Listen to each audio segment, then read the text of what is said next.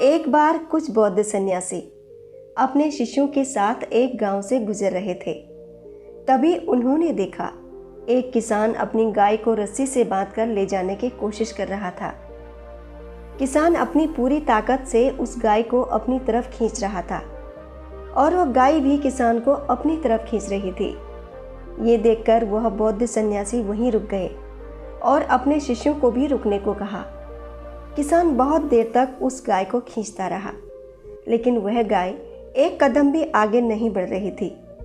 बौद्ध सन्यासी ने अपने शिष्यों से पूछा, बताओ किसने किसको बांध रखा है? इन दोनों में से कौन मालिक है और कौन गुलाम? शिष्यों ने कहा, यह तो साफ साफ दिख रहा है गुरुजी। किसान मालिक है और गाय उसकी गुलाम। किसान गाय को जहां बांधकर ले जाना चाहेगा वहां ले जाएगा। ये सुनकर बौद्ध सन्यासी ने कहा, ध्यान से देखना, आज मैं तुम्हें बहुत बड़ी सीख देने वाला हूँ। इतना कहकर बौद्ध सन्यासी ने अपनी झोली में से पर काटने वाली एक चाकू निकाली और उस किसान के पास जाकर उस रस्सी को काट दिया, जिस रस्सी से किसान ने गाय को बांध रखा था।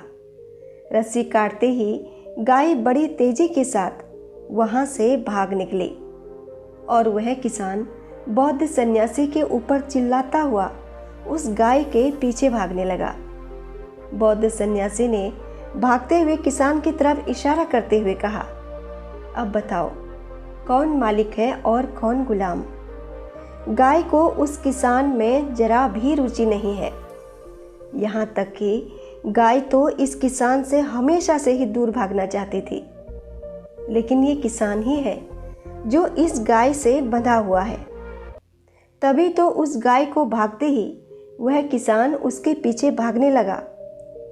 बौद्ध सन्यासी ने आगे कहा, ठीक इस गाय की तरह हमारे मन में भरे गंदगी को भी हम में कोई रुचि नहीं है, बल्कि हम ही हैं जो इस मानसिक कचरे के साथ खुद को बांध के रखते हैं। जिस पल से हमने इस मानसिक कचरे को अपनी रुचि दिखाने से मना कर दिया, उसी पल से ये सारे बुरे विचार हमारे मन से गायब होना शुरू हो जाएंगे। ठीक इसी गाय की तरह मन के सारे बुरे विचार हमसे दूर भागेंगे और गायब हो जाएंगे। ठीक इसी प्रकार उस किसान की जैसी हालत हमारे मन की भी है। हम खुद को बहुत सी चीज़ों का मालिक समझते हैं, लेकिन असल में हम मालिक नहीं, गुलाम हैं। मालिक तो वो चीज़ें हैं जिनके बिना हम नहीं रह सकते। ठीक उस गाय की तरह हमारे मन में भरी गंदगी, नफरत, गुस्सा, जलन इत्यादि की हम में कोई रुचि नहीं है, लेकिन हमें ही इनमें रुचि है। हमने ही सालों से इन्हें अपने अंदर पाल रखा है, क्योंकि जाने अनजाने हमने इन चीज़ों को अपने जीवन का हिस्सा बना लिया है। हमें इनके साथ ही आनंद आता है। हम इन्हें छोड़ना भी चाहते हैं तो हमारा मन बार बार हमें इन सब में उलझा देता है। लेकिन अगर एक बार पूरी दृढ़ इच्छा शक्ति के साथ अपने मन में भरे कचरे में से दूरी बनानी शुरू कर दी, तब हम इन विचारों की व्यथा को महसूस कर पाएंगे और फिर ये सारा मानसिक कचरा किसान की उस गाय की तरह हमसे दूर भागना चाहेगी। लेकिन हमारे विचार ही हमारे जीवन की रूपरेखा तय करते हैं।